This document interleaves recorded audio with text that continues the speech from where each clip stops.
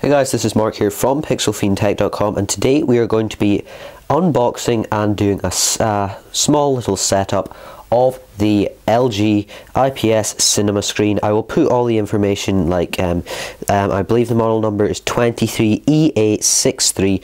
As I said, this is a 23-inch IPS monitor from LG, and I am going to be unboxing this today. The links will be in the description if you want to buy this.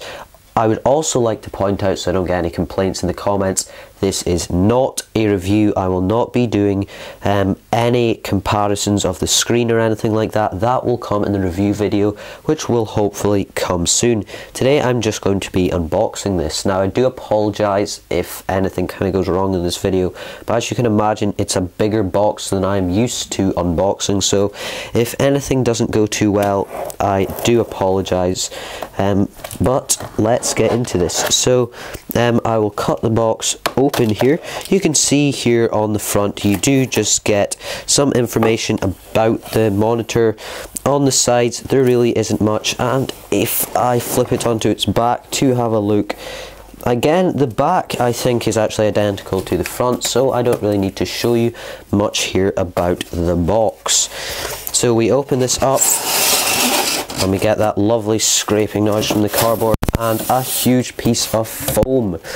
As I said, I'm not used to unboxing devices as big as this, so I do apologise if anything goes wrong. Now here we see what I expect to be the display itself. I'm sorry if any of this is too loud and you cannot hear me, but all I'm going to say here is, I don't know if you can see it there, but the screen is extremely thin. So what I will do is actually just put this to the side there and give you a bit of a look of what else is in the box. So we just have another piece of foam which I will take out, and then down here we have what looks like parts of stand and some cables. So here we have a driver disc. I'll put that to the side. Here we have a power cable. Of course you'll need to have power, and then a power brick. You have what looks like a VGA cable. You have some sort of cable tie kind of thing. I'm assuming this is just for cable management. We then have this, which is a part of the monitor stand and the base plate for the monitor stand. So I'm just going to shove this box out to the side. I apologise, I'm trying to do this video in one take for you guys so I can get it out as quickly as possible, so just sit through the blackness there as I lift the box round my tripod and it's on the floor. Okay, so here is the stand. It has a plastic wrap on it, so I can take that off, and you should be able to see there with the reflections from the light, this is a very glossy plasticky stand. Now I'm going to take this I believe is just the arm that goes between the monitor and the stand. So I believe this monitor, if you can hear me, has a Visa mount, I believe it is called. So that basically means you can stick any monitor arm on the monitor. So I don't think this is a very fancy monitor stand. It does not look like it has height adjustability. You have a small thumb screw here. You can also do this with a screwdriver if you want. This is just to attach this stand onto the base plate, but as I said, this stand, you do not need to use it. I believe you can connect any Visa stand you want, and that is the kind of regular mount. So pretty much all monitor stands should fit on this, and I should be hopefully getting a arm soon, possibly a dual arm if I decide to get a second one of these. So I can just give you another quick look here at the power cables, but I'm not really going to go through that. Let's jump over to the monitor. So I'll just put all this to the side and lift up the monitor. So this is a pretty wide monitor, I do have to say. It is full HD 1080 by 1920, so that should give us a sharp enough display. So I will just pull this down. From what I can see, yep, that does look like a matte finish monitor. So if you don't know what that means, it basically MATTE, it means it's not glossy.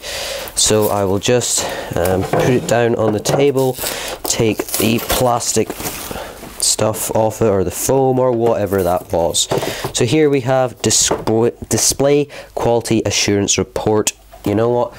If you read that, you can read that if you want. I'm not going to read that out for you. So I will go ahead and take that off, and it looks like there is a plastic covering, not on the screen but around the edges. There are touch buttons along the bottom that I will show you in a second once I take this plastic wrap off. So that looks fine for the screen. There do look like a few little marks there which do come off when I wipe the display. So I will just give you a kind of vertical view there. You can see here the display. I will just hold it in my fingers so you can see. That is definitely an extremely thin display. So down here on the bottom, you probably can't see those, so I'll just read them out. So these are little touch buttons. They're not physical mechanical buttons. So you have menu, my key, function, auto, input / exit, and the power button, and this does have a little energy star sticker. We then have the LG logo and a small light down here, and then it says IPS LED and the model number in the bottom left. So you can see this does certainly look like a nice monitor.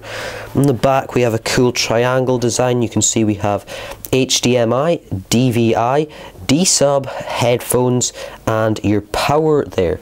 So I believe it should be extremely simple mounting this. I hope you can see all I'm doing is slotting it into the hole. Hopefully this should, yep, I heard a click and we are in.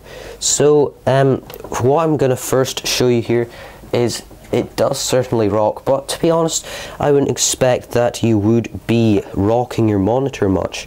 It does tilt back fairly far. You may be able to see that there. I'm not too sure, but you may just have to take my word.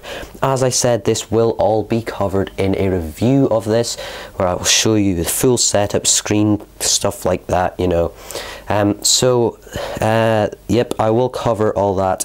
First impressions, it is certainly wobbly. I don't really mind. I will probably be getting another stand. It does have that VESA mount on the back, so I can attach a stand to it. So that is really it. As I said, if you want to purchase this, link will be in the description. Most likely when the review is out, that link will also be in the description, so go check that out if you're watching this at a later date. Thank you very much for watching this video. If you have any questions, just leave it in the comments or email me at the address in the description. If you enjoyed this video, please give it a like, a share, and why not subscribe to the channel for more content. Thank you very much for watching. See ya.